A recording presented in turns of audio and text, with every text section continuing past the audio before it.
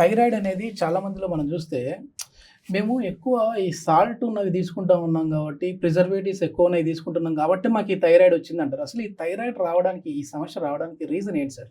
So thyroid అనేది ఏంటి అని మనం చూసుకున్నట్లయితే థైరాయిడ్ లోపల మనకు హైపోథైరాయిడ్ అండ్ హైపర్ థైరాయిడ్ అని 2 రకాలు చూస్తుంటాం.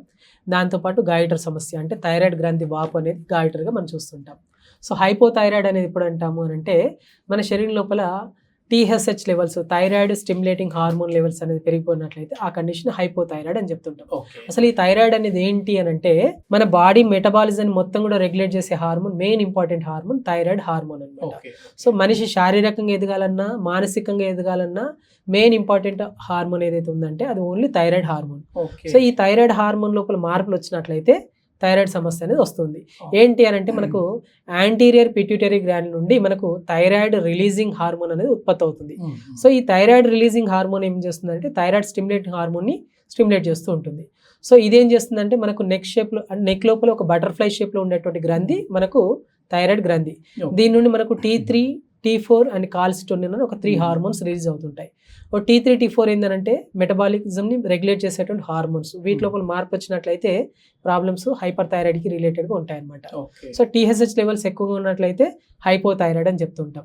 సో ఈ థైరాయిడ్ ఎందుకు వస్తుంది బేసిక్గా అంటే మనం తీసుకున్నటువంటి ఫుడ్ లోపల అయోడిన్ డెఫిషియన్సీ ఉన్నా కానీ, లేదా మానసికంగా శారీరకంగా ఎక్కువ ఒత్తిడి, స్ట్రెస్ లైఫ్ ఎక్కువ ఉన్నా, యాంగ్జైటీ ఎక్కువ ఉన్నా, స్లీప్ ప్రాపర్గా లేకున్నా అండ్ వంశపారపర్యంగా ఈ థైరాయిడ్ అనేది రావడానికి అవకాశం ఉంటుంది అనమాట.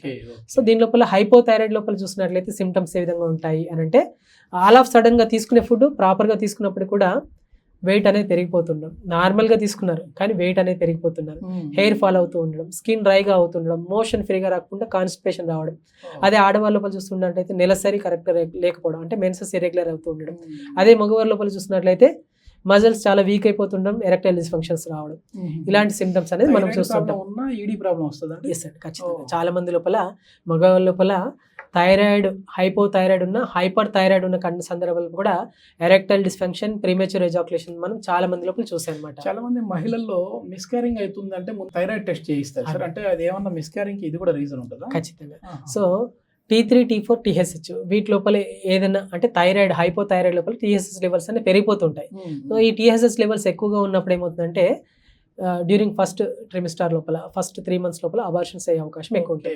యూజువల్లీ అందుకోసే గైనకాలజిస్ట్ ఏం చేస్తున్నారంటే ఇన్ఫర్టిలిటీ కపుల్ వచ్చినప్పుడు ఫస్ట్ థైరాయిడ్ లెవెల్స్ ఏ విధంగా ఉన్నాయని చూసుకొని ఉండాల్సిన దానికంటే కూడా ఇంకా -2 ఉండాలండి.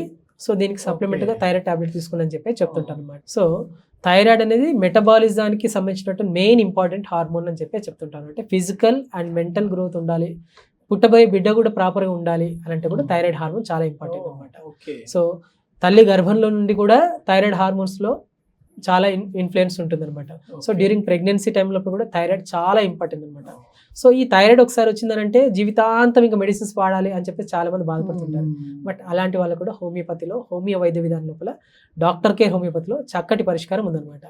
సో ఒకసారి వచ్చినటువంటి థైరాయిడ్కి ఏంటంటే ఫస్ట్ 12.5 mcg మొదలు పెడితే అది దాదాపు 150 mcg వాడే వాళ్ళు కూడా ఉన్నారనమాట.